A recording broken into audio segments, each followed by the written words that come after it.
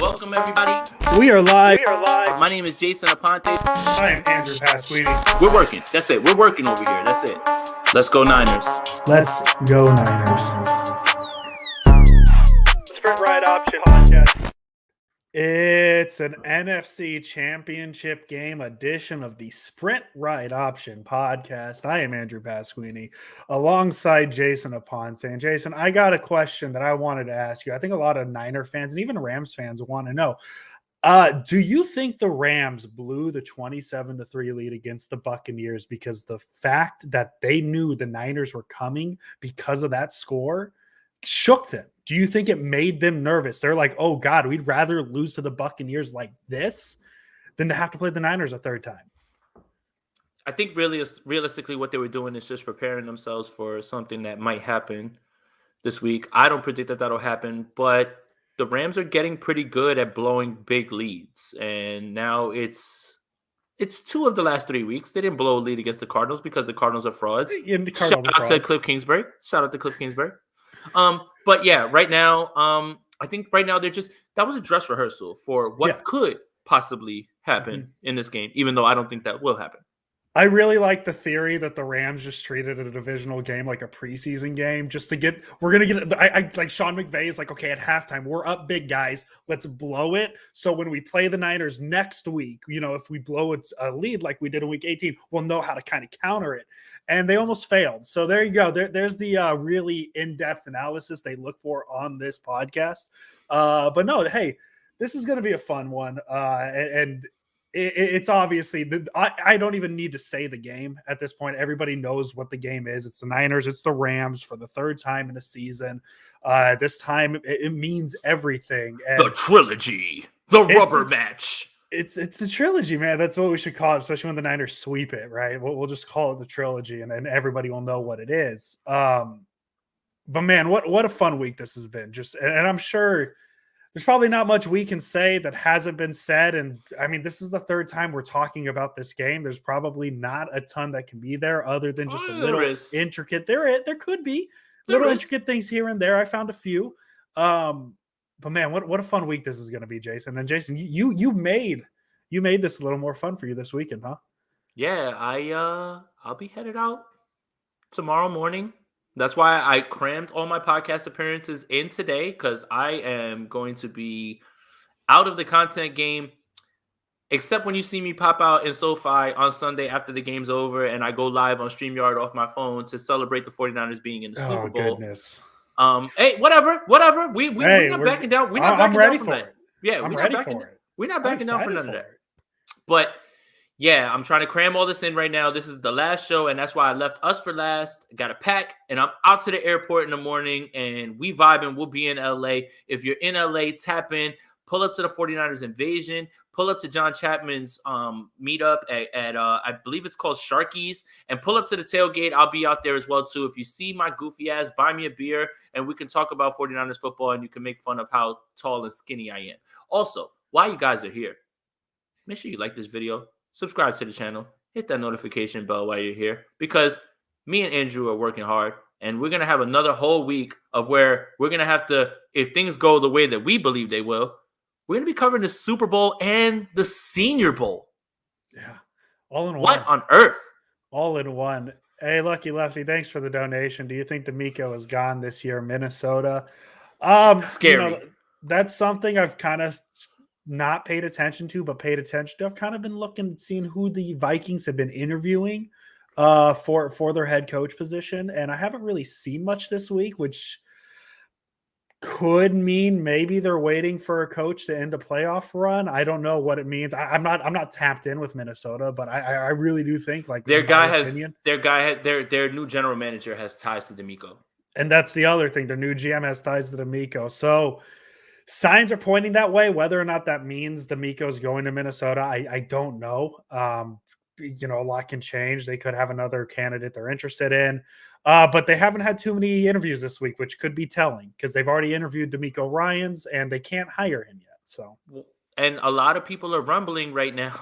I mean, I don't want to talk about things that are negative. A lot of people are rumbling. A lot of people are rumbling right now that the surprise hire of this entire cycle is going to be Mike McDaniel. Yeah, that's and the other one. that'll be Miami. And good for him. Appreciate you. But you got business to handle over here before you take Yeah. your new job. Yeah. Like coordinate that run game. Get that run game going against the Los Angeles Rams like you've done twice already. So here we are, Jason. 10-7 49ers going up against the NFC West winning Los Angeles Rams. Technically, one could argue this could be for the quasi NFC West championship crown, because this is the one that matters. Because if the Niners win this, nobody's going to be talking about that NFC West title for the Rams anymore. We've been stopped talking about that, though. That's true. I mean, the second they didn't even talk about it. Hold on, the Rams didn't even talk about it, right? Like after the game was over, they went to their press conferences and were like, "Man, we couldn't get it done." It's a hat and t-shirt game, dude. You should have been spraying champagne on each other. Like that's how bad that was. I mean, that felt like such an opposite feel, because like the Niners win that game and nobody's talking about the Rams winning the West. That was just kind of the secondary prize. We're going to talk about all this because a lot of fun things happened in that game that we're going to get to. But man, it really doesn't feel like the Niners are really here. It's kind of been a dream week of sorts, I guess. Because Jason, before we start talking about the game itself, and I know we're kind of beating around the bush at this point, but we'll get there, I promise. None of us had the Niners at this point. At the start of the season, I don't think Tim or Brian did either. Throughout the season, you start 3-5. It's a hard start and all that fun stuff. But the Niners are here. And is this to you like the most fun run you've had with the Niners with all the Harbaugh years and even 2019? What does this one rank? Just kind of get the emotions out early. Where does this one rank in terms of the Harbaugh years in 2019? Pretty high. We're still in it. And yeah. I don't know if any of those teams experienced the low of getting boat raced by Colt McCoy at home and having a bozo on this podcast say that the season was over. So this one feels the most improbable. I'll explain it like this. In 2019, I fully expected the 49ers to wash the Minnesota Vikings, wash the Green Bay Packers, and I expected them to win the game against the Kansas City Chiefs. Never wash them. Never. Mm. This, I've had doubts throughout the season, all the way through. Yeah. Clearly, I was wrong when I called the season at 3-5. And, whatever. Everybody wants to remind me of that. That's cool. Everybody makes mistakes. That's why pencils have erasers. But that's what makes this the most improbable. Andrew, I'm having fun, man. This is, what? Dude, like nobody's gonna take this away from me. You're not gonna cloud this week with your negativity about how the quarterback's playing. You're not gonna cloud me with your negativity about what if this happens, what if that. Nope. Enjoying the ride, fully enjoying the ride. And if you want to call me a hypocrite for pulling up, after I said all that, I don't care. Guess what? Show goes on, and I'm here for that. So look, this one ranks really high because no matter what, Jordan Willis is a 49ers legend. That is a legendary moment. Like that is something that we have seen. Legendary moment. We have eliminated the Dallas Cowboys. They got into the playoffs in the most improbable fashion. This run is special.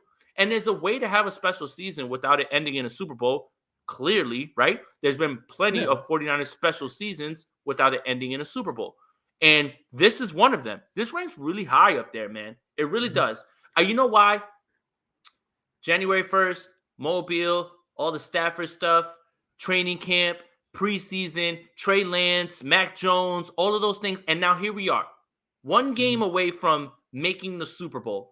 All of this stuff and this year, it feels necessary and it feels like the experience that us fans should have went through because it couldn't have ended any other way than this. Mm-hmm. And again, I got to own myself, but yeah, man, I never could have seen this coming.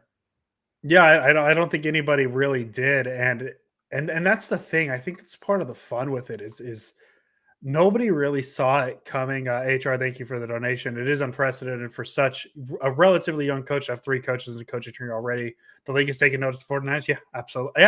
Yeah. I mean, Kyle Shanahan, there's a reason why, this podcast never doubted him. There's a reason why not a lot of people haven't doubted him. He's very good at what he does. He surrounds himself with smart people, and those smart people are going to prosper. I mean, Robert Saleh, year 1 with the Jets wasn't great, but What can you do in that situation? Rookie quarterback, all that fun stuff. So give him time as well.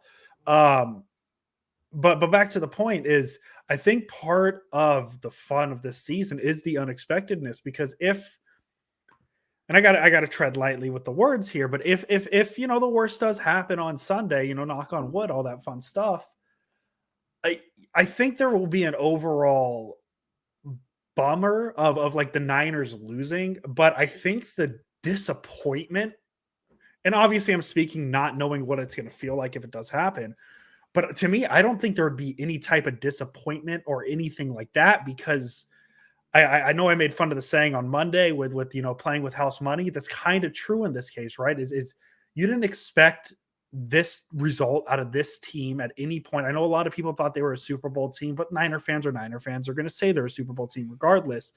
And we'll get to this donation. Thank you, Gray Fox. We appreciate it. Gray Fox is the GOAT, man. Gray Fox is the GOAT. We have no. Everybody that's in here watching right now is the GOAT. Yes. Everybody is the GOAT. Everybody. But yeah. But go ahead. And so, yeah, it would be a bummer the Niners lose, but I don't think you could say it all like this was a bad season at this point, because it started poorly. It started terribly. And people did want to fire Shanahan. And even I tweeted like, hey, maybe Mac Jones wasn't the worst choice at 12, because then you at least have your first round pick for what may or may not happen after this point. So I fell into it as well.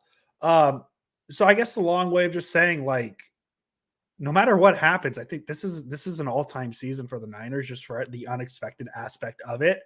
And it would suck to lose, but I don't think there'd be any disappointment out of it for me. Hold on. What the hell? Rich. Hi, Rich. Rich? What the hell? Me? Hold Jason up. Yes, hold him responsible. They eliminated your Green Bay Packers. They're about to eliminate your LA Rams, and you're gonna hold me perfectly responsible. Like this is ridiculous, man. But let's get to Gray Fox's donation. Hey, Goat Ponte and Goat Queenie. I love that Goat Queenie one. That one really works better. Rolls off the tongue. Did you see that Raheem Morris said it's payback time? Last coach who said was LaFleur before the NFC Championship game, and look how that went. What I will take away from that is Sean McVay got asked a specific question about, is Kyle Shanahan in your head? And he said, no, man. No, man. No. He's like, no. Oh, yeah. This team is in your head. Come on, man. You're referencing body bag when Kittle was talking about body bag type game in terms of people were going to be trying to take each other out. And now you want to act like this team is not in your head? Your organization tried to ban 49ers fans from buying tickets. Your organization's wives, players' wives, want to buy tickets and give them out. Oh, but the 49ers are not in your head. Not at all. The Rams have to do something mentally that they haven't been able to do. Beat the boogeyman. And the 49ers are that. And if they are telling you one thing, their actions are describing a completely other thing. Mm-hmm. And they are scared. The pressure is on them. The 49ers have been playing with house money this entire time. Jimmy Garoppolo has won 2 playoff games and hasn't necessarily played great. Imagine if Jimmy Garoppolo plays fine. Fine. That's all we need is fine. Fine. We don't need big words. We just need fine. Fine. Imagine if Jimmy Garoppolo plays fine this week. The 49ers could boat race the Rams if Jimmy Garoppolo plays fine. And to Ryan B's point, thank you for the donation, bro. Beat LA. Simple. That's it. None of the other stuff matters. I think, like, honestly, man, and I might buy my words on this, but I don't care. This is how I feel. People come here to listen to how we feel about these games. This game could end quickly. To me, it could end quickly. I think, I'm not going to say the game's going to be over after one drive, but let's say the Niners, they start with the ball, or the Rams start with the ball. It doesn't matter who starts with the ball. And essentially the order of operations is the Niners, they go on a long, a decent drive that we're used to them doing in the first drive of games. And they put points on the board, and the Rams go 3 and out. Let's just say hypothetically that happens. The Niners return the kick. They go down. They take a 10-play, 7-minute drive. They take some time off the clock, or 6-minute drive, whatever it is. And the Rams get the ball back and instantly go 3 and out. How are the Rams going to respond to that? Because that's going to be the first, because they know the boogeyman exists. But if the Niners do that, the thought of, oh God, here we go again, it might be a lot. I'm not going to say the Niners are going to be up 7-0 and the game's over at that point. No, that's not what I'm saying. But the thought of the Niners just dominating on that opening drive could be huge. And honestly, all I want to see is the 49ers score a touchdown in the fourth quarter to go up like 3 scores to really put the game away and have Shanahan out on the field celebrating. I think that would be like the peak way to end this. But so yeah, that's the boogeyman definitely exists, Jason. It really does. And obviously, is Sean McVay going to say, yes, Kyle Shanahan's in my head? No, he's not going to say that. Of course, he's going to say no. But it definitely exists. And all you need to know about how much Kyle Shanahan is in Sean McVay's head, go back and watch the second touchdown in Week 18 when Sean McVay ran on the field, when he thought the Rams put away the Niners up 17-0. So this game, the Niners are coming into this probably looser than they should be because of the aspect of SoFi is going to be a home game and the 6-game winning streak. And the Rams are going to come into this game a little tighter than they should be because they've lost 6 in a row and they're playing at their home stadium with 65% 49er fans. So that's where I'm at with this. Shout out to JKBG. He continues to be one of the best commenters in here. And his comment says, I imagine Sean McVay's no sounded like Shooter McGavin's no. And Andrew, I don't know if you've ever seen Happy Gilmore. I've seen Happy All Gilmore. right, so I'll recreate it. I'm going to curse on the podcast real quick. I'm just going to say it just in reference to... Oh, yeah, no. You're quoting a movie. I get it. Yes. So basically he says, you just messed up. I ate pieces of shit like you for breakfast. He tells Happy Gilmore. And Happy Gilmore goes, you eat pieces of shit? And he looks back and he's like... No, like he knew he was. So that's how I got the same no, right? Oh, that's definitely how he said it in his head, yeah. Right, like he definitely. There's no way that you can tell me based on your actions, you running into the end zone up 17-0, like you just hoisted the Lombardi, and your team in a hat and t-shirt game going into your locker room and being quiet as a church mouse. You won the division. You won the division. And you sat there like you just lost and you were eliminated. Oh, yeah, but the Niners ain't in your head. Niners ain't in your head at all. No. Yeah, man. Shooter McVay, I love it. Can we start running with this? Can someone absolutely can. Can someone do that Reface app right now and just post it, please? Shooter please. McVay, we're gonna run with it. I love it. Yeah, man. We got Seattle Jordan's in here. Seattle Jordan is in today. There we go. Honestly, read the comment. The most honest Seahawks fan we know. As an honest Seahawks fan, I wish we had a quarterback like Jimmy G. Seattle Jordan, huge immense there. So let's go into this actual game. Let's dive in. Let's start talking about it. And looking at it, I hate, like, we're going to go back to what we've done all year, Jason. You know what's going to be important for the 49ers to do this game? Run the ball well. Like as simple as that sounds, it's really basic stuff. But the Niners kind of dominated the run game both times against the Rams. The first game, they had 44 carries for 156. The second game, 31 for 135. And they won the time of possession battle in both the games because of that run game. And what does winning the time of possession do? As simple as it sounds, it keeps Matt Stafford off the field. It keeps Cooper Kupp, Odell Beckham, and all of them off the field. And the Niners have been running the ball very well in the postseason. Something about playoff games, the Niners run the ball well. Yeah, Green Bay wasn't great, but Deebo Samuel's a great equalizer when you don't run the ball well. So really, to me, it's going to come down to how well the Niners run the ball, as simple as it sounds. We're here in the NFC Championship game, and we're still talking about running the ball well with the 49ers. You love to see it. Smash mouth football is what works in 2022. You love it. The 49ers went down in his first game 17-0, or the second game 17-0. There's no way that happens again. No chance. No chance. This game is going to go tooth and nail. You know, I don't care what they script coming out. Sean McVay was folding again against the Bucs. Again. This is a theme now. This is where he's playing too conservative. Don't lose the game. Yeah. Instead of going to win the game. I remember when people said that about our coach. Our coach don't play like that anymore. And this team makes plays. This game's going to be close. Who do I trust? I trust Kyle Shanahan. And I trust him to exploit the advantageous matchups that he has against linebackers and against everyone that is not a star. Don't throw the ball to Jalen Ramsey, even though Jimmy Garoppolo said, ha, ha, ha, I laugh in the face of danger. Right past you. Don't let Aaron Donald, get to the quarterback because, Daniel Brunskill owns him.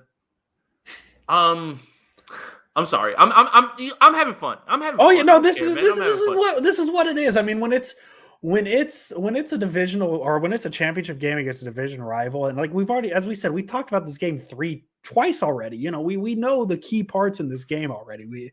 If you followed along with the sprint right option cinematic universe, you know what's going on here. So All right. Let me get into my analytic back. A lot of people talk about, oh, you can't beat a team 3 times in a season. Oh, the Rams are going to make adjustments. When? You should have made the adjustment 3 games ago. Now, all of a sudden, Raheem Morris has got something up his sleeve that nobody's ever seen this week that all of a sudden will stymie Kyle Shanahan and Mike McDaniel from getting the better. Where was this week 18? Yeah. When that game was lost, the Rams acted like they just lost the Super Bowl. So don't tell me that game didn't mean anything. If you were going to make adjustments, where were the adjustments? You tried in the beginning, okay? So you slowed down the run game. 49ers started slow on defense. Bad things happen. At the end of the day, they will still make the adjustments to get back to it because you are who you are. So what adjustments is Raheem Morris going to make? What exactly is he going to change that will stop his team from being out physical, from being punched in the mouth? Seriously. I really want to know. X's and O's. Are you going to sell out to stop the run? You tried that. Didn't work. Are you going to make Jimmy Garoppolo beat you? You tried that. It didn't work. What exactly are you going to change? There's nothing you can do at this point. You are who you are. Your defense is what it is. And your defense lends to the 49ers' strengths and what Jimmy Garoppolo wants to do. You don't want anything over your head? Cool. Jimmy Garoppolo wants to throw the ball in front of you because he wants to get yak yards. You want to let everybody run on you? Cool. Because you think you have an offense that can stop that. You're not going to be able to run the ball. Cam Akers and this run offense, not worried. You know why? The 49ers, if you listen to Aaron Rodgers on the Pat McAfee show, Aaron Rodgers didn't care because I told you that Aaron Rodgers doesn't care. Yeah, Aaron Rodgers don't care. He's always going to skirt. He's always going to skirt the fact that Jimmy Garoppolo had more passing yards than he did in the second half. But nobody ever wants to hear that. Nobody wants to hear that. But he was like, yeah, they just stopped the run and they kind of made us one-dimensional. Yeah. They don't give up 100-yard rushers. Cam Akers, who fumbled the ball 2 times, you don't scare me. You can't do things that is outside of what you're capable of. You can try all you want. You can try all you want. But come on, man. Like, when people say you can't beat a team 3 times, 21 times a team has been in front of a team that they had a chance to beat 3 times. You know how many times those teams have won those games, Andrew Pasquini? I do not know off the top of my head. 14! That's more than half. So, why? Why can't this 49ers team win a 3rd time? Why?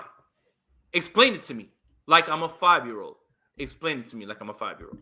Well, it's not even just winning a 3rd time in a row. Like it's winning a 7th time in a row. This isn't an accident. The Niners haven't accidentally beaten the Rams twice this season. It's a trend. It is a trend at this point, right, Jason? And I see Marketing Pro, and we appreciate you're here, Marketing Pro. Thank you for joining. No. We're putting an official ban on him because we're putting a ban. Yeah, he doesn't pull up when his team loses or when the Packers were supposed to beat the 49ers by 42-3. You're a bad troll and you're not an honest troll. So the only marketing pro I acknowledge is not you, bro. So we're going Lord Voldemort with him on that. We're just gonna he who shall not be named. He's banned, bro. Let the chat handle him. And when they lose, he's not pulling up on Monday. He's not pulling up on the Sunday show. Like, I don't care. He's not real, bro. Let the chat eviscerate him. Take this donation though. Thank you, official BNA Music 88. When Morris was Bucks head coach, he called his team the West Coast Killers, and Golson proceeded to behead every wide receivers routed them. Maybe he should SCFU. Yeah, I mean Raheem Morris, he likes to say words, and he's a very good defensive coordinator. Don't get me wrong. He's up there. He's good. I just don't know what adjustments he can make. And Jason, you make a great point with the run game. Usually, I research these games and I prepare for these podcasts. I haven't done a single look into the Rams run offense. That's how little they've concerned me, because I've seen it. I've seen the Niners take it away twice. I've seen the Niners take it away 4 times. I've seen them take it away 6 games in a row now. I mean, it's something I'm not worried about at all. When we're looking at the Rams offense, I am concerned about the weapons that they have. Higbee, Kupp, Odell Beckham, Van Jefferson, all those guys. The run game's non-existent.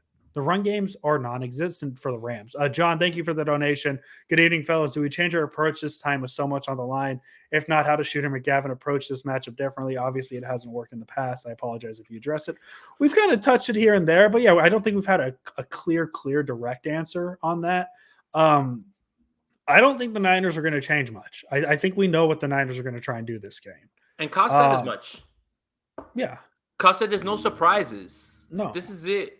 This is why I feel so confident. And I mean, maybe I think the surprises are going to come within the things the Niners are trying to do offensively. Like, we haven't seen Trent Williams run across the line left to right yet this season until last week. They did it twice. So maybe little things like that. We might see some plays that Shanahan might be deep in his bag on Sunday. Just to kind of, he probably has plays where he says, hey, in case we need to beat the Rams for a 7th time in a row, this is the play we're going to use. So I'm curious to see what he uses there. In terms of what the Rams try to adjust, I don't know what they can really adjust. What have they really done? No, you won't. Marketing. No, hey, you if won't. he's there, if he's there Monday. No, you won't. If you're here Monday, you got to send a $20 donation. Hey, if he's here Monday after a Niners win, I unban him. But we'll see. We'll see. That's a Monday thing. That's a Monday issue. If you're here Monday, you got to donate $20 to the Sprint Right Option podcast. We love it. Focus.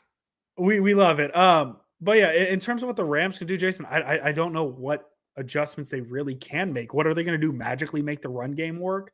Magically make the Niners run game stop working?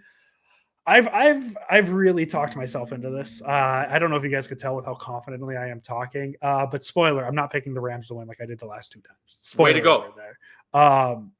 I picked them the first time too, though. Like, I picked them the first time too, though. So, like, own this bozo here as well.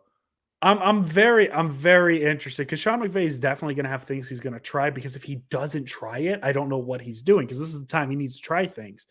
I'm curious to see what Sean McVay has, because he's a good coach. He's a good coach. But again, it was happening. Fumble. All of a sudden, don't lose the game. Like, he's still the same things you said about Kyle. The same things that people, even 49er fans, said about Kyle. It's more true about Sean McVay than anything at this point. Let me just take this donation real quick.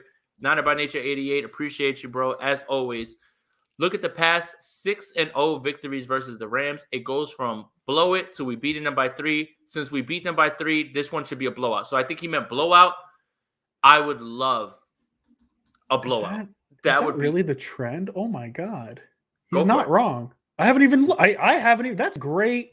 In this 6-game winning streak the 49ers have had, they win the first one 20-7. They then win 34-31. So that's 3. They then win 24-16, so an 8-point game. Then 23-20, a 3-point game. And then 31-10, the Monday night game. And then 27-24, a 3-point game. There's the trend you need to know. There it is. If I'm in SoFi and the 49ers blow out the Rams, oh my God. You are, like, if you thought I was insufferable after the Cowboys, like, oh my God. Oh my God. I am going to lose it. I'm going to go on StreamYard and just yell into the camera the entire time, like, while, like, I'm coming down the escalator from SoFi after I watch the 49ers raise that NFC Championship, and then they get to play in their own stadium again. One more time, they get a home game. The away team will get to play in their own stadium. Yelling into your camera about the Niners, call him Niner Jason. That's a deep cut. God, I can't believe I said that. There we go. We're having a good time. I love it. Right no, we're vibing. Hey, fun. Hey, he got onto the Niners postgame video, so he's doing things well as well. So we're doing great. Yeah, man. I'm getting close to the prediction point. I know we're only at 30 minutes, but as we said, like we know this matchup, right, Jason? We know these two teams. We know what to expect from these two teams. So I mean, do you have any final thoughts? I mean, there's another trend that I have that Stafford's thrown two interceptions each time he's played the Niners this season. But you know that's something I don't know if that's something that's going to happen Sunday. It's going to be fun. This is going to be a fun game. I have actual football thoughts. Yes. Matthew Stafford has been very good against the blitz. Shout out to Splash Cousin. Yes. He was the person who pointed out those numbers. Blitz. Notice the word that I used. Bringing extra people. It is imperative for the 49ers to be able to get home with 4 and be able to cover on the back end. That is the key to this game. I don't care who the quarterback is. Aaron Rodgers, Tom Brady, Matthew Stafford, Jimmy Garoppolo, Joe Montana, Steve Young, Wyatt Tittle. I don't care. When you're pressured on almost 40% of your dropbacks, you are not going to be successful. And if the 49ers are able to duplicate that with 4 and get 35% pressures on dropbacks, 37% on dropbacks, you've got a problem, Matthew Stafford, because you don't take the easy throw. You try to do more.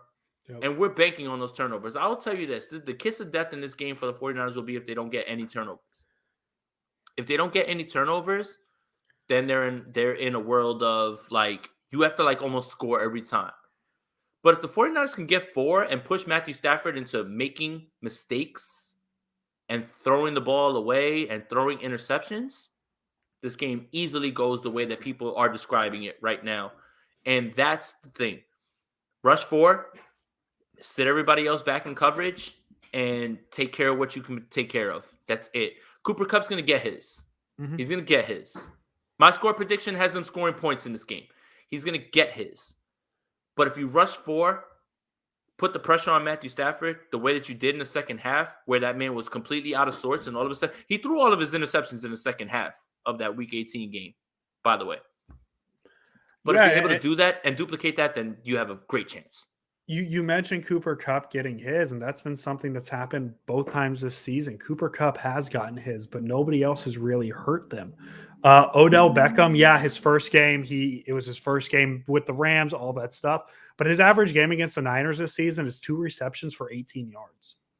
He's not going to hurt you.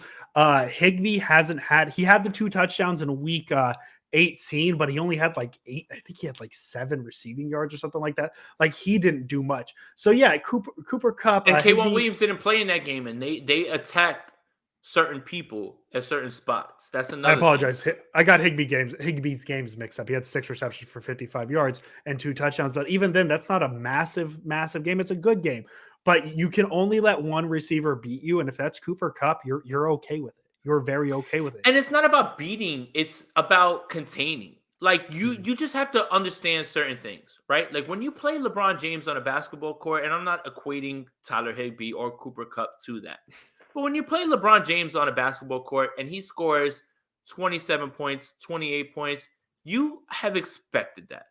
Cooper Kupp's going to get his. It's when he catches the pass, can you rally up and tackle him for no yards after the catch? Can you limit big plays? And I think that's really what Andrew's talking about real quick. You want to take this donation real quick? Yeah. Niner by nature. I can talk today. Kiddo, we will be here again. We will come back with a vengeance. That's some motivation for that ass. I mean, that if the Niners win the Super Bowl, you know how much you know how many times you're going to see that clip in the next week following it. BV50. If Jimmy balls out these 2 games, wins Super Bowl and is Super Bowl MVP, what do you guys think happens? What that is feels balling like an out? No, but hold on. That's a good question, though. That's a really good question, Andrew. I know you feel like that's an off-season question, but It is. I don't. what's I don't think balling out, anything. though? If he wins Super Bowl MVP, that means he balled out. And I think they're Is going to be is playing the Chiefs anyway. well, the question is it Jimmy Garoppolo's definition of balling out in 250, or is it But if he balling wins out for Super Bowl 320? MVP, then he balled out. I'm gonna argue that point because I mean Jimmy Garoppolo's. Let's see. I'm gonna go back to a Super Bowl box score that I haven't looked at in a while, so this will be fun. Jimmy Garoppolo probably would have won Super Bowl MVP. No, he wouldn't have. Oh, who would have won it? Nick Bosa. Bosa? What you mean? Bosa had a Yes. sack. Buckner would have had a better call for it. He had Is a this the sack. argument we're going on now? NFC Championship Game. We're yelling about the Super Bowl. All right. Forget that. No, But look, no, I think what he means by like Super Bowl MVP is like if Jimmy Garoppolo goes out there and throws for like 300 yards and outduels Patrick Mahomes. Yeah. The Okay, Chiefs we'll are gonna run beat with that. the Chiefs are gonna beat the Bengals. Like come on, man. Like that's a formality, I think, at this point. And I would love to be wrong. I would love to be wrong about that. But they've lost like one game since like week like 7. Like they're rolling again. Like the Chiefs are just like who they are. But if Jimmy Garoppolo outduels Patrick Mahomes and wins the Super Bowl, and he wins Super Bowl MVP, that doesn't mean he's coming back. That just means that you get more for him, in my opinion. Yeah. I guess that's the long answer to saying I don't think it changes anything. I think Trey Lance is going to be the starter next year, or whoever they decide, whatever it may be, right? I don't think Jimmy Garoppolo is going to be back no matter what. Daniel Brunskill ready to play. Aaron Donald, yes, Daddy. Got a lot of good memes going on in the comments today. I didn't expect to say Daddy on the podcast today. But I just got off a podcast where I talked with a Rams like person. He was very reasonable, very nice guy who made many good points. Obviously, he feels like his team is going to get the win. But someone asked about what goes on with Aaron Donald because he only has 1 sack, I believe, in like the last 4 games against the 49ers. And I said the meme answer is Daniel Brunskill owns him. I was like, the real answer is the 49ers do everything that they can to limit his pass rush by running right at him and not putting him in advantageous situations. But the Daniel Brunskill thing is taking a life on its own. Daniel Brunskill against Aaron Donald is one of these things that we'll never be able to quantify with any sort of stat, any sort of tangible thought. It is just something that we have no idea why this happens and why Daniel Brunskill decides, oh, that's Aaron Donald. I'm going to play the best football of my life and dominate one of the best defensive players in the history of this game. I think that is hilarious. And I think that is the funny part about it. So part of it is a meme about Daniel Brunskill, for sure. But when you look at the results, is it a meme? Is it? Is it? I guess we'll find out Sunday. Because I mean, the lights shine brighter on NFC Championship weekend. Are we waiting all day for Sunday night? Yeah, I mean, you know, it's the Fox game. It doesn't really roll off the tongue as well. It's 3:30. It's like a mid-afternoon. So Joe Buck and Troy Aikman must be happy. Troy Aikman must be super happy. No, it doesn't really. Yeah, see, it doesn't roll off the tongue. You got to wait. Hey, but you know what's going to be really fun is when the Niners win the Super Bowl, they're going to get that opening Thursday night game to start the season, and that's on NBC. And we've been waiting all day for Thursday night will be in effect. So just planning for future episodes, how much I'll annoy you with that. I'll have a whole off season of that, actually. Jay said, do we want to get to predictions? Nah, let's just have some more fun. Let's have more fun before. Look.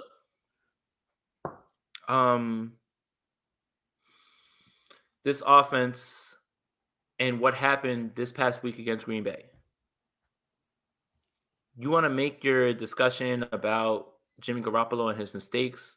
Why are you not making it about how many guys drop passes for him and how his day looks drastically different if George Kittle catches that pass? And he may not crib that, but that's like a 60-yard completion that would have put him well above passing yards over Aaron Rodgers.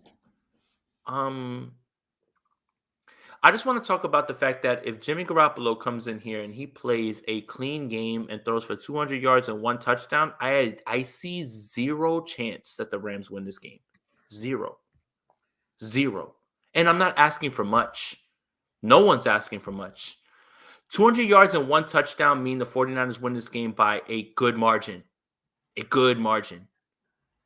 And the 49ers are good enough to overcome any sort of mistakes that happened before that.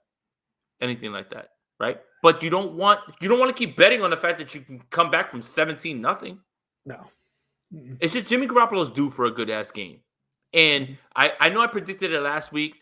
I was this close to getting it right because Kittle catches that pass and he dips and he scores. I get to my what is it? I said like 170 a touch. I think you said something like that, Yeah. Like I was close. I was very close. Just remember, again, for anybody who's just joining, Jimmy Garoppolo had more passing yards than Aaron Rodgers did in the second half. Just remember that. I just want you to say that. Like that's not my opinion. That is not something a narrative. That's an objective fact. But Aaron Rodgers needs help. Oh, his special teams let him down. Oh, man, his defense didn't do enough at the end. Oh, wow. Oh, it's funny how the language is different when it comes to certain players. It's pretty funny, Andrew. Quarterbacks need help? Even when they're as good as Aaron Rodgers? Weird. A little weird. I just wanted to make sure I got that off about Jimmy Garoppolo. Yeah, and my thing... You can say what you want, but it's just like, bro, come on, man. I think the key number with your 200 yards, 1 touchdown, no interceptions is the no interceptions part. I've said it on this podcast. I'll say it till my face turns blue. If Jimmy Garoppolo has a game with no turnovers, he's perfectly fine. The Niners are doing things right. He's not giving away free possessions to the other team. He's keeping the Niners offense on the field. I don't think the Niners are going to start this game with 4 consecutive 3-and-outs. I don't think you're going to be halfway through the second quarter with negative whatever yards it was, negative 0.77 yards per play. I think this offense is going to come out humming. I think it's going to be a big game on the aspect of the run game is going to set up the pass game. And I think Deebo Samuel is going to have a big game. Both. You know what? Here's my hot take. Let's go. Deebo 100 this game. Woo! 100 and 100. 100 and 100. That's my hot take. From your mouth to God's ears. I've got money line Niners, Chiefs. I got Deebo Samuel scoring a touchdown. I got Joe Burrow over the passing yards. And I think I have Jimmy Garoppolo over his passing yard prop, which was like 210 yards. So I look, from your mouth to God's ears. If that happens, if Deebo Samuel does what Andrew Pasquini just predicted. It just goes super hot. Let's do it. The 49ers win this game by a sizable margin, and we are vibing in SoFi. Boy, look at me looking like a bozo already. The most yards rushing Deebo Samuel's had in a game this year is 79. So yeah, he'll get to 100 for the first time rushing, and he'll get to 100 in passing. Why not? Let's get weird. It's the NFC Championship Game. Let's go, Pasquini. Cook the ass. Hey, Jason, before we predict the final scores, you know, if you're new to this channel, if you're not new, if you haven't done it already, you subscribe to this YouTube channel. It is almost Valentine's Day. This is the Valentine's Day sales pitch. Once again, we know you love it. No better gift you can give. I'm not gonna go. No better gift you can give to your girlfriend, wife, boyfriend, husband, whoever it may be, than Jason Aponte. The best gift anybody could ask for. So subscribe to this YouTube channel, like everything. He does a lot of content, a lot of Senior Bowl content, a lot of Super Bowl content next week. So be sure to subscribe, like this channel, and if you haven't already, follow me on the Twitter. I'm going to plug myself right now at Pasquini Andrew.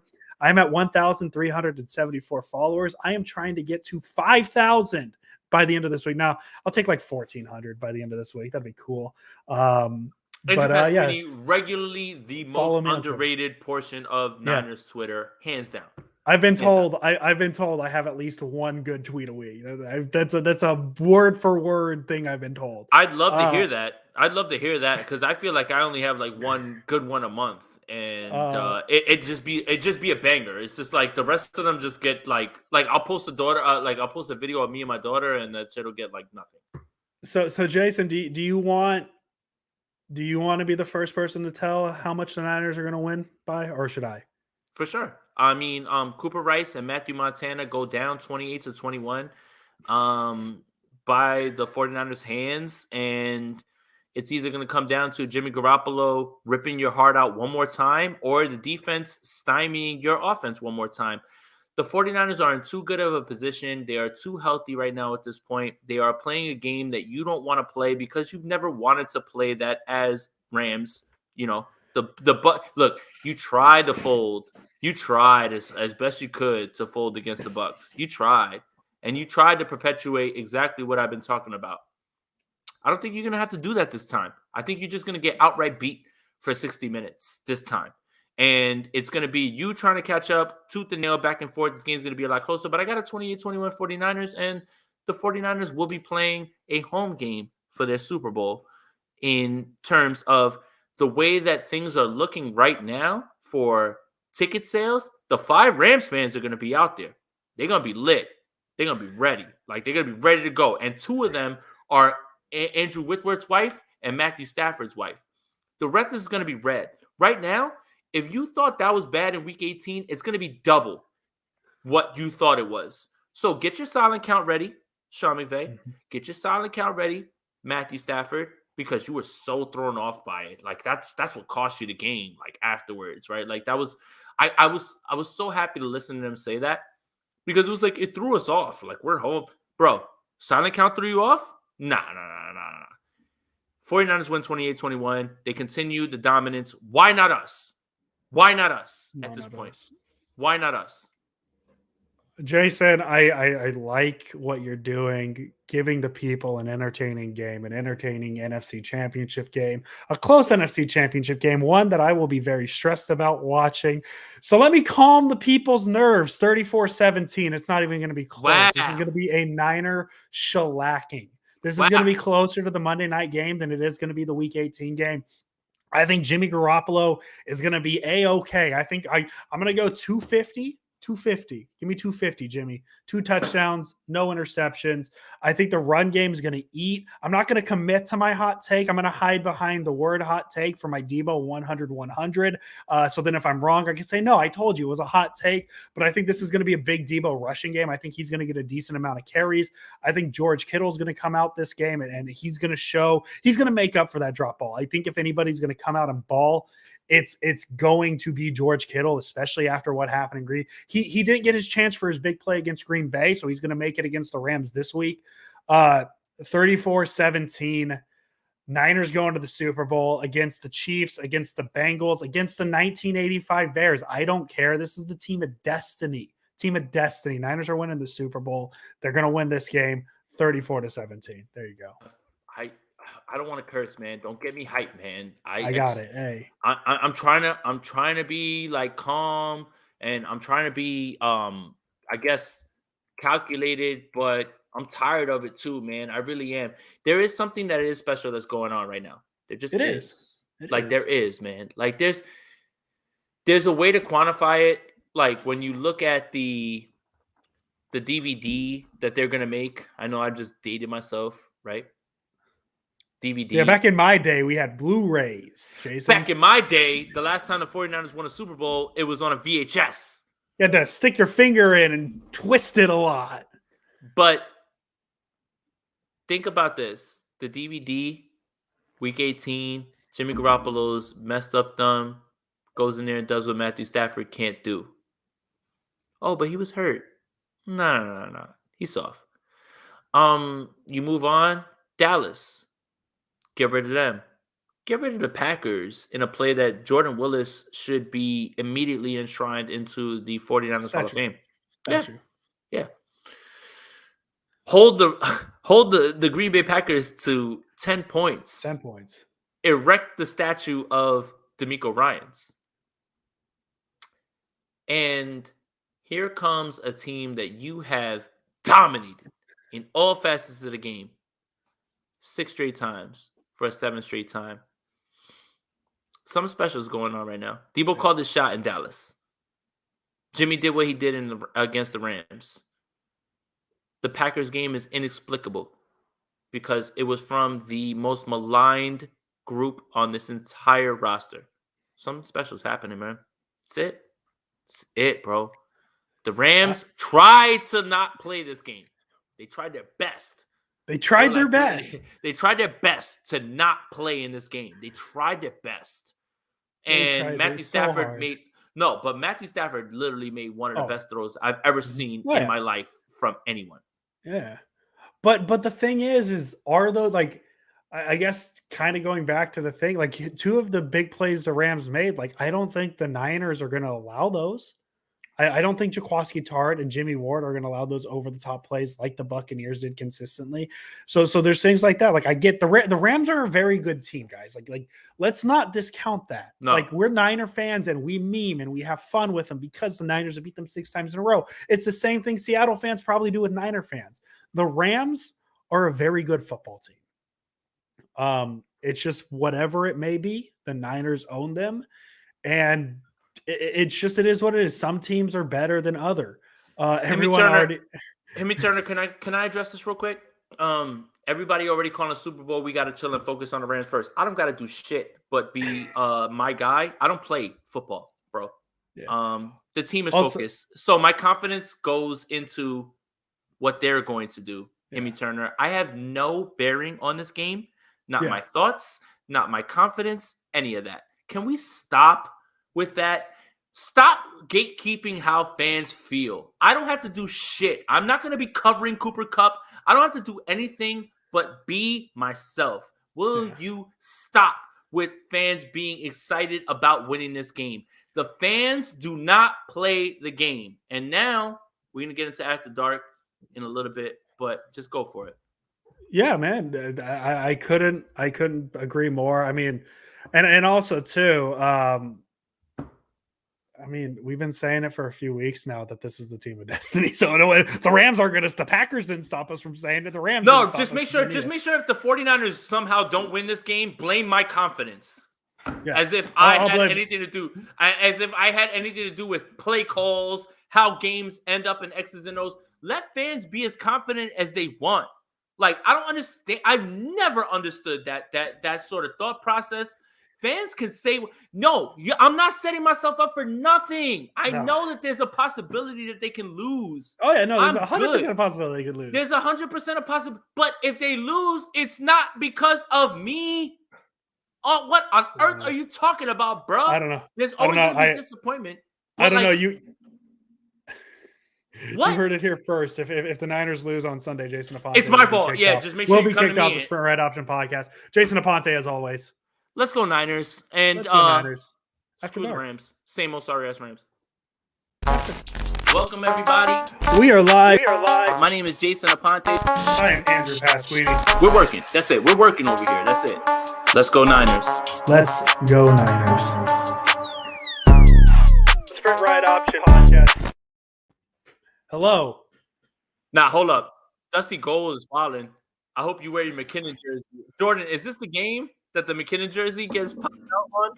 I don't know, man. I forget who it was on the Bills defense, but he ran through somebody's face last week. Like, that man's been balling. So, maybe that's the energy you want to channel. I wouldn't put it past. So Jerick McKinnon's good? We have to adjust the rankings after this past weekend. We 100% talked about the idea of just 2 weeks of Jerick McKinnon revenge game talk for the Sprint Right Option podcast. Jason's a big revenge game guy, and that thought is definitely on our mind because we're obviously going to talk about the Super Bowl, whatever happens on Sunday, whatever happens. Jordan, what's your overall feel? I mean, I know it's after dark, but let's get Jordan some insight. Splash Cousins on Twitter, fantastic writer for Niners Nation. What's your feel for this game coming up Sunday with the Niners and Rams? I think that your prediction of it being closer to the Week 10 game than Week 18 is kind of where I'm at. I admittedly have been stewing on that for a few days because I didn't want to say it and then walk it back. But realistically, that Week 18 game was only so close because the Niners really just kind of sputtered on offense out the gate. But if you look at the last 6 times these teams have played during this win streak, where obviously the Niners haven't lost them since 2018. Fluky stuff happens with divisional games. Sometimes teams get lucky. You don't get lucky 6 times in a row in the NFL. There's a reason why it's been 6 times in a row. There's a reason why Nick Mullins went into LA last year and won a game. And it's because the Niners just do things that the Rams don't do well, and that the Niners' strengths and the way they play football doesn't match up with what the Rams really want to do. I think, the Rams are they have a very good pass rush. They have a good secondary. Their linebackers aren't great. And I think that they are a team that hasn't shown that they are capable of tackling and being physical for 60 minutes on defense. And you saw in the last game, the Niners ran the ball 5 times for 10 yards in the first half in week 18. They ran the ball 25 times for 130 yards, 125 yards in the second half. Over the course of that game, the Rams got worn down. The Niners stepped up. The play calling may have changed a little bit, but a lot of it was the same stuff. I'm going to have to hold it down as the real Rich Madrid because the other one slacking isn't here. But Rich and I were watching some game film the other night, and the 49ers are running this concept called Zorro that they run. That's an outside toss with Juszczyk as a lead blocker. They ran it 5 or 6 times in that Week 18 game, and every time they ran it, they got more yards and more and more. And the Rams knew it was coming, and they couldn't stop it. So I feel like the range, like if we're looking at like ranges of outcomes, I think it's more likely that you see the 49ers come out and just use that physicality and dominate the game we saw in that Week 10 matchup, rather than the Rams are a very good team. I don't see them coming out and jumping out to this huge lead again. I think D'Amico Ryans is too good. I think that he will make adjustments. And I feel pretty good, man. And I'm not going to lie too, at this point, I saw the comment about how Jason's setting himself up for disappointment. It's hard to be disappointed when your team that everybody wrote off is in the NFC Championship game. Nobody thought that they would be here. It's you know what I mean? I don't want to be that guy, but the Niners really are playing with house money at this point. Hold up, Jordan. It would suck if they lose. Hold up, Jordan. Niners are Dallas Cowboys 2.0. How dare you? The Dallas Cowboys would never be in the NFC Championship. This is how you know you're dumb. Keep going, Jordan. You got it, bro. Yeah, no, and that's exactly it. They're in the NFC Championship game. For all that was said about Kyle Shanahan and Jimmy Garoppolo or anybody on this team, they're winning in spite of it, man. And I know you guys have mentioned it. I've been writing about it for a while. There's something special that's going on with this team. You don't come back from 17-0, have a fucking 88-yard drive. Sorry, I hope I can swear. It's after dark. My apologies. You're good. It's after dark. Once ever so often. We vibing. An 88-yard drive with no timeouts left. And, the Cowboys having that weird ass, not knowing that they have to clock the ball. And, just all of these circumstances. In a one-off scenario, hey, stuff happens. For it to happen week after week, the 49ers literally had the latest punt or field goal block in playoff history. There's never been a punt or field goal that was blocked later in a game than that Jordan Willis block. I did not know that. For stuff like that to happen, Jordan Willis made a great play. What are the odds of that? What are the odds of you giving the ball back to Aaron Rodgers with him only needing to go 40-some-odd yards to get into field goal range? He goes 3 and out, and Jimmy Garoppolo with a busted thumb comes downfield. The trap play to Deebo Samuel on Thursday, everything about this team to me screams something special. And I wrote something today. If you guys ever, if you go to Niners Nation or whatever, it should be on the front.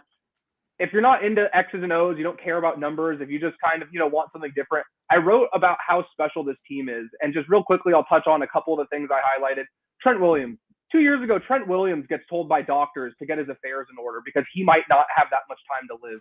He gets told, you need to talk to your family because you have a cancerous growth on your skull. We don't know if we're going to be able to get it off. Do you think Trent Williams really gives a shit if anybody tells him that they can't beat the Rams 3 times this year? Do you think Trent Williams gives a damn about anybody telling him the odds of the 49ers winning a Super Bowl with this team? Hell no, dude. Think about Dante Johnson. Dante Johnson has been ridiculed for years. He's been dragged. He's been made fun of. He's been the butt of jokes. And he's been cut 10 times on 5 different NFL teams. This season, he comes back to the 49ers when they have all these defensive back issues.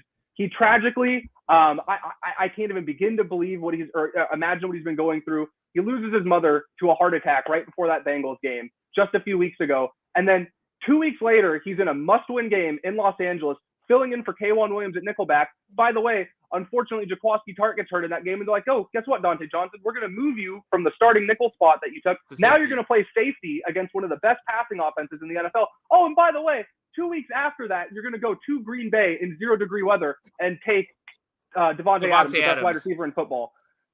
The amount of resiliency. Daniel Brunskill was playing in the AAF, a football league that does not exist anymore, and now he's arguably the greatest offensive lineman to stop, or like the weapon. If we're talking about Aaron Donald stoppers, It's Daniel Brunskill. It's Like, not a if you meme think anymore. It's not. It's a real thing. So if you think about all of the adversity that this team has faced in their professional lives and their personal lives, think about Jordan Willis and Charles Omenihu. The Jets didn't want Jordan Willis. The New York Jets, with all due respect, were like, you know what? We're better off with a late 6th-round pick a couple years from now than Jordan Willis. And he's out there forcing Dak Prescott into interceptions and blocking punts that win games. Charles Omenihu led the Niners in pressures and sacks in a playoff game in his home state of Texas after the Houston Texans, a joke of a franchise, is like, you know what? We're better off without you. You're only 24 years old, but I think we're okay. If you think about all the times that these guys have been doubted, the adversity they've overcome, and all the challenges they've faced, do you really think they give a fuck if anybody in the national media is like, oh, you guys don't have a chance against this Rams? You can't beat the Chiefs? Hell no, dude. And I'm sorry. Like, I understand every team deals with some level of adversity, but the collection of guys they have on that team, there's no coincidence that it's made up of a group of people who've had to overcome. And it's not even just the guys who are only playing on Sunday. Think about Raheem Mostert. Raheem Mostert was on like 6 different teams as a special teamer, and he has one of the greatest playoff performances in NFL history. Javon Kinlaw grew up homeless at times. He's a 1st-round draft pick. Do you think that these guys are scared of playing the Los Angeles Rams at SoFi Stadium after all the things they've gone through? Hell no, dude. So I just want to throw that out there, that this team, like when I really started to dive into it and write about it, like it's fascinating the amount of obstacles that these guys have overcome. And I have nothing but respect for them. And regardless of how this season goes, like I said, these guys don't play scared. There's no way. The way they live their lives has been anything but playing scared. And I just have to throw that out there, that when you're battle tested like that, not only on the football field, but in life, you're not scared of Aaron Donald and Jalen Ramsey and Matthew Stafford and Cooper Kupp. Those guys are great players. That is nothing in comparison to what these 49ers players have overcome in their lives. This man was spitting, and I just want to like be petty. I want to be petty, and like, you know, Dallas was in the NFC Championship in 1995 with Jason even born. Yes, I was, my friend. I'm almost 40. Thank you for the good. Thank you for the kind words, even though you didn't try to send those. But 1995, I was 11. Y'all haven't sniffed an NFC Championship, or the Cowboys haven't sniffed any of that for a long time. So this has been a very satisfactory run real quick. And I just want to get to some of these comments real quick. Inject the real Rich Madrid into my veins. That's Brett. Jamal, my boy Jordan popping off. Someone telling me can't breathe. Hemi Turner, he can't breathe. He can't. You know why? This is after dark. I didn't smoke all those backwoods for all those years to worry about my lungs, man. Let me tell you, this has been years in the making. Look, Mike's check wants to know. I'll be honest, I wouldn't mind a personal foul penalty like roughing the passer just to send a message to the Rams. I'm chilling on that. I don't want. What message needs to be sent outside of winning 6 games in a row? Let me say though, they had 14 quarterback hits that were perfectly legal and within the rules in the first game. I think that they can do that. I will never condone, or no, Jason Andrew would. Nothing illegal, nothing below the belt. But they did it legally 14 times in the last game. So, yeah, I think they'll definitely hit Matthew Stafford, but within the rules and nothing dirty ever. That's just not, Big Boy Lewis, thank you for the donation. Rams would have lost to Green Bay in the cold. Soft. And you spell soft wrong. SAWFT. And something that he kind of talked about real quick. Represent the old millennials. What are you doing with your camera off, bro? Like, this is ridiculous, man. Like, all right, one more. Love it, Jason. Represent the old millennials. Yeah, I don't know. Am I Gen Z? Am I a millennial? Am I a boomer? Like, at what point, I need some help real quick. I think you're a millennial. I think you're like at the edge of millennial. I don't know, what year were you born in? I could Google this. 84. This is Google. Is 1984 millennial or Gen X? There we go. Google says you're at what? This answer's so confusing. You might be a Zennial, apparently, to Google. Whatever, man. I'm tired of these labels. Man. He, she, he, him. Whatever, man. I want to go back to actually a point that I forget who it was, and Jason Jordan just touched on. And that's the aspect of talking about the Niners beating the Rams, and then you're just getting yourself up for disappointment. Because I did touch on it at the start of the show, and I think it is a fun conversation to have, because the Niners weren't supposed to be in this situation, right? And as Jordan said, it's something I don't agree with, but it is a very valid saying, playing with the bank's money or playing with whatever it is. And I don't think if the Niners lose this game, I don't think there should be any disappointment. I think there should be, people will be bummed that it happened because you never want to see your team get eliminated in the playoffs. But in terms of disappointment, I think the second they win that game last week, any type of disappointment should be thrown out the window if the Niners don't win a Super Bowl at this point, right? Jordan, or the real Mitch Madrid, I'll let you go first. I mean, yeah, people will have disappointment, and depending on how it goes, like they could obviously lose in like a crushing way. But if we look at all things considered, and maybe it's just like you know what I mean, like the way I do my content, I strive to be objective, and I like to think I am. Like I'm looking at the whole picture of them getting this far as kind of a victory on its own. Nobody expected it. Like again, playing for NFC championships, like everybody says you play for Super Bowls, and when you only make the playoffs 5 times in 2 decades. Like playing for NFC championships is kind of a big deal. And I think that it just kind of revalidates how good of a coach Kyle Shanahan is, how good his staff is, how good the roster is. And yeah, I took them winning some road playoff games and some heroics at the end. But I pride myself on statistics and watching film and grinding tape and numbers and all that stuff. But I will never ignore my gut. And I feel like anybody out there who's been on this earth much longer than myself probably feels the same way, that your gut guides you better than anything else. And my gut has been telling me for a few weeks now that this 49ers team is going to do something special. And I went into that Dallas game and I picked the 49ers to win. And I had a lot of people tell me that wasn't going to happen. The Green Bay game, you should have heard, I did a radio hit for Green Bay in the Green Bay radio station. You should have heard the feedback I got. They were very appreciative of the time. They were basically laughing at me for telling them, hey, doubt the 49ers at your own risk. Something special is going on with this team. They'll find a way to win. What happened? Jordan Willis blocks a punt with 4 minutes left in the fourth literally quarter. Found a way to win. They literally found a way to win in like the most obscure way, literally something that had never happened in NFL history up to that point. So I'm going to keep riding that. Like I'm going to keep riding that high. And yeah, maybe I'll be wrong, but the more and more I keep trusting my gut that something special is going to happen, the more and more it keeps happening. And this team just finds a way. They were dead in the water, dude. Not just Jimmy Garoppolo, any quarterback. I think we're kind of spoiled because Mahomes did what he did in 13 seconds. Like that Chiefs-Bills game ruined it. But to go 88 yards in a minute and a half with no timeouts and to do it with like 30 seconds to spare, that doesn't happen, man. Like that, come back from 17-0 on the road against a really good team like that. And 17 unanswered. Like the 49ers came back and the Rams couldn't, they just collapsed. They couldn't do anything. Like stuff like this is just like, it's. Jordan, so are you, in your expert, unbiased opinion, are you telling me that the Rams fold? I think that the Rams don't have the. I think that so we talk about how much Kyle Shanahan is conservative with Jimmy Garoppolo and how he doesn't want him to throw at the end of games. McVay does the same thing with Matthew Stafford. Does the same thing with Matthew Stafford, and nobody talks about it at all. He took the ball out. Matthew Stafford was the best player on the field in that Tampa game, and he didn't want him to throw. He let Cam Akers, who tore his Achilles 5 months ago, have more have as much say in the outcome of that game as Matthew Stafford. So, yeah, I think that for as great as McVay has been, I think that whole Shanahan tree, dude, McVay, LaFleur, like all of them, they're all too conservative for my liking. Kyle owns them. Kyle's 11-5 against McVay and LaFleur now in his career. 11-5, and he played a few of those early games. I believe 3 of those losses were with C.J. Beathard, Brian Hoyer, and Nick Mullins as his starter for 3 of them. I could be wrong, but I'm pretty sure those were the 3 of those. So if you remove those, he's 11. So run the clock out.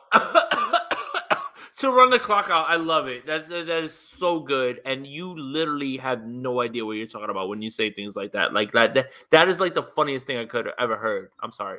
Well, yeah, I mean, yeah. And to Jordan, run the clock out, they were winning the game. What the fuck? You were winning by 24 points, and y'all wanted to run the clock out. Like y'all don't kneel the ball. What? And Tom Brady's on the other sideline. So you sat there and said, what did it ultimately take? It took Matthew Stafford throwing the throw of all throws against the 0 blitz to keep it up for them to even win that game. That's what I'm saying. Like literally, he made one of like the 1-of-1 throws, and 27-3, 27-7, and you had to win that game. You had to win that game in a way that if the 49ers are up 27-3 on the Rams, God help you. Game over. Goodness gracious, man. That shit is done deal. Like, no questions asked. It's not even necessarily. It's not even necessarily about the. Sorry, Jordan. We keep doing that. It's fun. It isn't even necessarily about trying to run the clock out. It's you still have to keep your offensive flow going, and the way he took the ball out of Stafford's hand, it's way too early to run the clock out because they're up 20. Was it 24? 27-3. I can't do math quick right now. 27-3. 27-3 is 24 points. You still got to run some variation of your offense. You just can't completely take your quarterback out of the game. Yeah, and that's like what it comes down to is it's not the worst strategy in the world to want to run clock. Like nobody's saying that. It's just like funny that talking point always gets brought up. And like obviously, I think Stafford's a better quarterback than Jimmy. I think he's more talented. Yeah, but I think it's everybody hilarious. Knows that. Yeah, you'd like to think, right? But unfortunately, especially if he wins. Hey, I'm just throwing this out there. If he wins this week, Jimmy would be 4-0 against Stafford. And yeah, I was gonna say, and then that would get pushed. I'm just saying. I was gonna say that Stafford click. Y'all gotta go home. Like y'all gotta go home, man. Is that a Vish Kumaran subtweet? No, it's the people in our chat. Y'all gotta go home. Like y'all gotta go home. Like they calling him Matthew Montana. Like y'all gotta go home, man. Like y'all gotta go home. Man. You say they. It's a one, but they. We'll use they. I'm gonna dip though because I gotta make some dinner. I hope you guys have a fantastic Sprint Right podcast after dark. And just remember, 34-17. That's my prediction. He was like calling a big win. Hey, Jordan. My hot take was Debo's going 100 and 100 this game. I mean. I'm going to hide behind the hot take, though, and say if I'm wrong. No, I said that's my bold prediction. Yeah, no, and there's nothing wrong with that, man. Say it with your chest. It's the playoffs. Who cares, man? This could be the last game of the year for all we know. That's what I'm saying. Again, but hold up, Jordan. It's if the 49ers don't win, it's Andrew's fault. Andrew, is he gone? Man. Yeah. No, but he's the wrestling guy. Look at this. He's the wrestling guy. I got my my people's tight end. Nice. He's the wrestling guy, so he can't even appreciate it. But real Rich Madrid, if the 49ers don't win, it's because we're too confident. Because we have a lot to do. Well, of course, because the Rams are gonna. This is bulletin board material for the Los Angeles Rams. You know that they are locked in. They're locked in to the Sprint Right Option podcast. That's what I'm saying. Like if Sean McVay, if you pulled up, I got some perfect advice, insider advice to beat the 49ers. Run on first, second, and third, and then punt on fourth. I guarantee you'll win the game. I promise you'll win the game. That's the best way I could put it. If you want to beat the 49ers, that's your way to beat them. Because you care so much, though. Like he cares a lot. A lot. No. Like the Shooter McGavin. You eat pieces of shit for breakfast? No. Yeah, that's him. That's absolutely him. So, yeah. Jordan, I hope to see you this weekend, man. I'm working on it, man. It's an uphill battle right now, but I'm working on it. It's all right. That's the 49ers season, and I expect you to fully come out on top on the other side. Like it's been an uphill battle. The 49ers have been playing playoff games for the last 7 weeks. That's why City Boys never lose, man. You know the vibes. City Boys down 1, but we got to play that's drawn up real quick. Like we got to play drawn up where like you set a screen for somebody, you get Steph open, you knock down the 3 and you go home, and City Boys win at the end of the game as well too. But hey man, shout out to everybody that's in here. We got almost like 250 people in here right now. If you're here, hit that like button, hit that subscribe button, hit that notification bell. This is a lot of fun. And yeah, we've kind of gone like a little bit outside of the analysis portion of it. Or me, not Jordan. Jordan continues to be analytic down the line, in the middle. But, we've kind of just gotten into a point where like we're trash talking like first take and whatever. It is what it is. Like you're not about to get me on camera in 4K, like calling the 49ers to lose in the NFC Championship game. Like that's not about to happen. So, but yeah, man, we out here. Let's go, man. Anybody that's out there, if you pull up and you see a tall, skinny dude, with a stupid ass beard, come say what's up. Let's talk. Jordan, I want to see you, man. I'm doing my best, man. I will not go down without a fight. I'm just throwing it out there too. Hey, I got tips on my Twitter profile. If y'all want to, you want to assist the guy over here, I'm more than open to that. But shout out to the other Jason, man. Oh my goodness, man. Jason has had a long day. I'll give him a pass. man, today's been a day, man. Like I literally once I get off of this, I have to pack because I have to like go to the airport. But I made sure I took care of my obligations, and you know what though, I'm not gonna complain. This is a fun ass time to be a 49er content creator, analyst, anything like that. Like what am I complaining about at this point? Dude, I've literally put out an article every day for the last like week and a half, or like literally like every day. I have fucking 3 radio hits I'm doing in 3 different states tomorrow, like starting early my time, and I wouldn't trade it for anything, dude. I've slept for like 5 hours this week, and I don't care because this has been like the time of my life. So yeah, I feel it, dude. My man, cooking. That's all it's about right now at this point. So anybody who's gonna pull up to LA, make sure you pull up to the Invasion, which is at Watch Los Angeles. John Chapman's thing is at this place called, I believe it's Sharky's in LA, and then I'll be at the tailgate. So pull up, let's say what's up, and let's enjoy the ride, man. Like I think that a lot of the analysis has been buried without understanding. This is kind of fun right now. Hey, real quick, let me just tell you, JKBG, you better have a 4th one loaded up because the Niners win that Super Bowl. I'm coming to take one too, dude. JKBG is the MVP of our chat, and if you got a 4th one lit up, then that's it. Like you need a 5th one lit up because we out here acting stupid. After this, look, real quick, can I say too? Because I know this is a Niners thing. Not everybody's Bay Area, but a lot of Niners fans are Bay Area. Andrew Wiggins was voted an All-Star starter. The All-Star game's a week after the Super Bowl. If the 49ers win the Super Bowl in the same week that Andrew Wiggins starts an NBA All-Star game, I am going to reach new levels of ignorant on the Bird app on Twitter. Oh, yeah. So make sure to tune in for that. And I hope your Warrior fans allow me to join because I've been looking for. I'm a free agent as a NBA fan. Fazil, is it on Saturday? Yes. The Invasion on Saturday. I'm gonna look it up real quick. I have it on my phone real quick. No, I don't. Goodness gracious. The Invasion, which is gonna be run by Nick Clark. Shout out to him, man, and the 49ers. That is going to be at the Tom's Watch Bar. Tom's Watch Bar in LA. And the second Invasion, which is John Chapman's thing, is going to be at Sharky's. And then the tailgate that we pull up is in the pink lot, and it's $25 for a wristband, and that's probably where I'll be for those 3. So any faithful pulling up to LA, let's have a drink, let's talk, and let's enjoy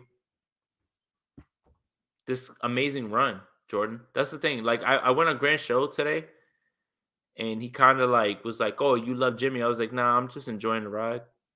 I was like, "Is there a problem with that?" I was like, hey man, I don't know. Did you see that shit I was posting with the the No Child Left Behind by Kanye? I got you. The He's Done Miracles on Me. The edit somebody dude with dude, the Jimmy content right now, incredible. I'm far from the biggest fan of Jimmy Garoppolo.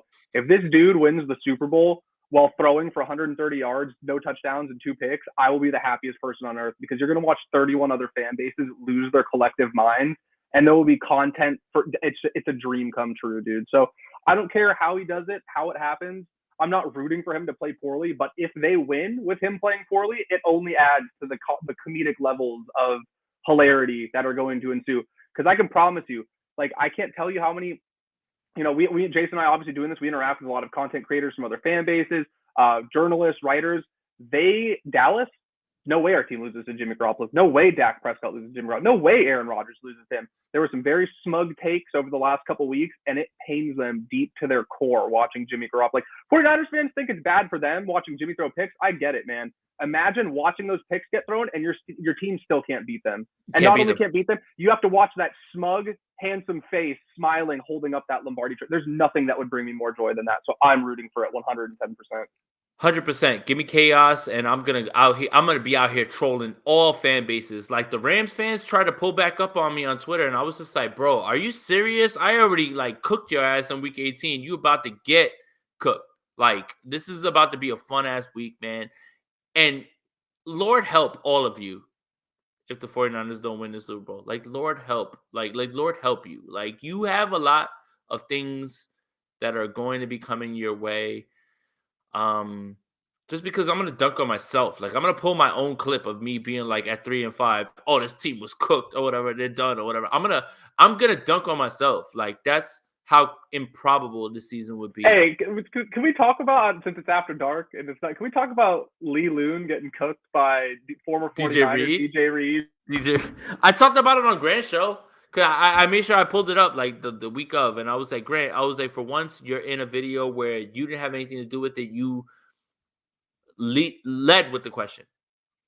And I just, you know what, look, we all cooked Leo behind the scenes, right? Like we texted him and we were just like, you getting cooked by DJ Reed, like what happened? Like, like, but if I'm a player, right? An NFL player, especially if I'm like one of those fringe players like DJ Reed, if I hear you catching me saying anything negative about, Tom Brady's made a whole career of shitting on people who told him you can't do this, you can't do that, right? Like, if I'm a football player, I would take any of those things and use that as motivation. So, I mean, I'm not mad at DJ Reed. I'm just mad that that guy who had no catches like tried to like dunk on Leo, and I was like, oh nah, like you don't. Like, DJ Reed has played in meaningful football. Quandre Diggs wants to retweet it. That's cool. He's a meaningful safety. When that Seattle wide receiver who has no catches, I was like, oh, nah, you don't get to talk. Like, you don't get to say that about my boy. So. This Team Lee Loon over here. It's Team Lee Loon over here. I'm just gonna clown on him for getting that was hilarious. It was one of the funniest things I've ever seen. But that was a fun few minutes. Like we had to like go back and like make sure we got at him real quick. But hey, that's the thing that people I think forget, right, Jordan? We're on here in a public forum. Anybody can cut whatever it is that they want, like from what we say, and just use it across the board. So, like, yeah, you want to talk about who's right, who's wrong. It's still brave to come up here and still at least, like, say what you want to say, because people are definitely going to cook you on the internet. If football players are, imagine petty, random internet people. Hey, at the end of the day, if you're listening to what any of us have to say, it's already a victory for us, man. So 100%. I really, I appreciate all feedback. And honestly, I will laugh at myself more than anybody. If people want to clown on me and say stuff about me, if it's funny, dude, I'm right there. Like, you better bring it, because I have a pretty high bar for, what I find funny. But, I've been cooked before, and it's hilarious to me, dude. Like, I love that shit. So, like, this is supposed to be fun, man. But, yeah, I think it's hilarious when people come on specifically. Like, dude, I've had people in my mentions that come on to, or, like, articles I write. I'm like, dude, every time you click on one of my articles, it, like, helps me. So thank you. Like, like, it's just funny to me that there's this, like, disconnect with these people that want to come on and cook. Like, oh no, dude. Finally, I mean, what the hell, man? I'm already part of the Grant Cohn disciples, even though I went on his show. The coaching tree. Yeah, I went on his show today. Oh, if Grant Cohn is Shanahan, which one are you? LaFleur or are you McVay? Which one are you? I'm D'Amico. All right, yeah. Now let's get popping. I'm D'Amico. I'm the guy that everybody wants. I'm sorry, I fuck with Jesse. You know who's dope? Rob, man. Rob Shoe. Shout out to him, man. Like, I don't care. While we're on here, man, Rob Shoe, I just went on his show, Jordan, right before I did Grant's show. And he cited nothing but Jordan Elliott stats from Twitter. Man, that warms my heart, because that man has the nicest video camera in the United States of America. Forget all that. His voice can cut butter. Yeah, no, he's got it. He's got it. Yeah. I mean, you do too, my dude. But, like, I did his show once, and it was an honor going on there, because, yeah, if you guys haven't checked out Rob's stuff, he's passionate. He's a great fan, and he's really positive too. He's not going to sit there and just, like, say negative things. Like, he's definitely a glass half full kind of guy. So, yeah, whatever, like, Jason's obviously got it down, but whatever my opinion's worth, like, Rob is just, like, fantastic. He's phenomenal. He's somebody who I would be happy to, support and shout out any chance I get, because he just, like, he's like one of those people where, like, they radiate positivity. You remember, like, Superbad, that scene when he talks about how, like, he's like, it's like the first time I heard the Beatles. Like, that's what it's like the first time you watch a Rob Shoe video on YouTube. Like, you're just going to feel positive and happy after. So definitely check his channel out if you haven't yet. Hell yeah. Rob Shoe's the man. I can't wait to meet him. He's popping out in LA too, man. I cannot wait to meet him, man, in person. I gotta go, man. I'll find a way. I always make it happen.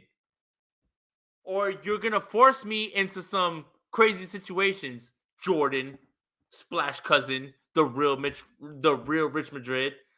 No, look, this is a beautiful time for all of us. We get to cover a team that is one game away from making the Super Bowl. We all believe that they will.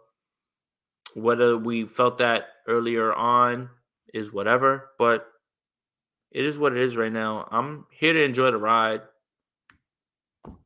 At this point, there's no sort of bashing against the team, doing what they're doing. Like, they're providing results. They're in the NFC Championship against a team that they have beaten many times and can do what they want to do with their personnel and win the game.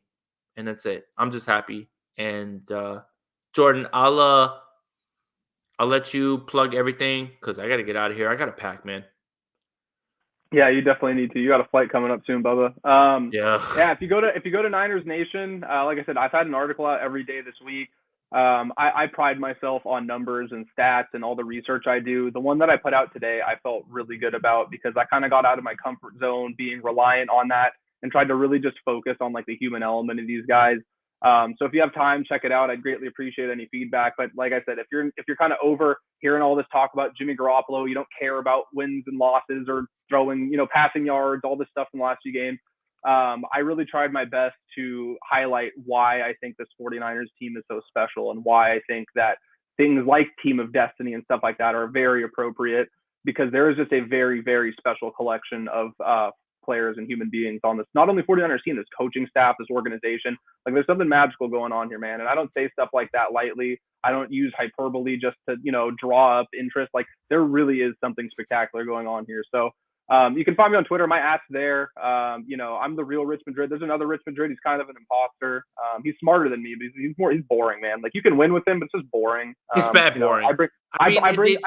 Yeah. Rich tries to like bring the coverage in a different way, and then he tries to like switch it another way. It's like, okay, it's classic stuff that we've seen. It's like kind of Coriel terminology. He's gonna show you one thing pre-snap, then he has a take, and he's gonna rotate that coverage after. He walks back what he says. You don't want any of that. You want hard-hitting analysis that's not gonna change and might make you laugh every once in a while. Follow me, the real Rich Madrid, @SplashCousin. And then Niners Nation. Like I said, you can find my stuff there. As long as the 49ers are still playing playoff football, it might be really hard in between the championship game and the Super Bowl if they make it. My goal is to write at least one article every day, and I've been hitting that quota as of now. So if you're looking for new content every day, not just me, there's a great group of writers at Niners Nation. So please check us out if you have time.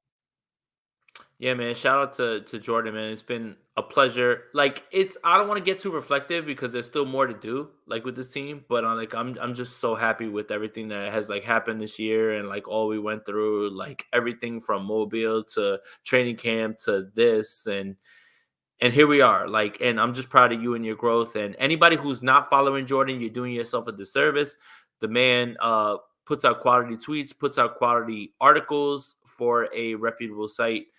Which is Niners Nation, which is like probably the biggest. So, Jordan, for Jason, let's get out of here. You better make your ass down to. You get your ass to that wedding. You better get your ass to LA, bro. Because I'm like, I'm gonna pull up tomorrow at noon, and I'm just gonna be playing it like by ear at that point, like pretty much. Like I'm just no pressure, but. Last time Jason Aponte and I were in LA for a game, they won. I'm just throwing it out there. That's it, man. And I've already been to SoFi, so I seen it. As someone would say from a classic movie. But for Jordan, for Jason, thank you guys for joining. Go Niners, and enjoy this weekend, man. Enjoy this week. Don't let anybody bring you down. Peace. Welcome everybody. Let's go Niners. My name is Jason Aponte.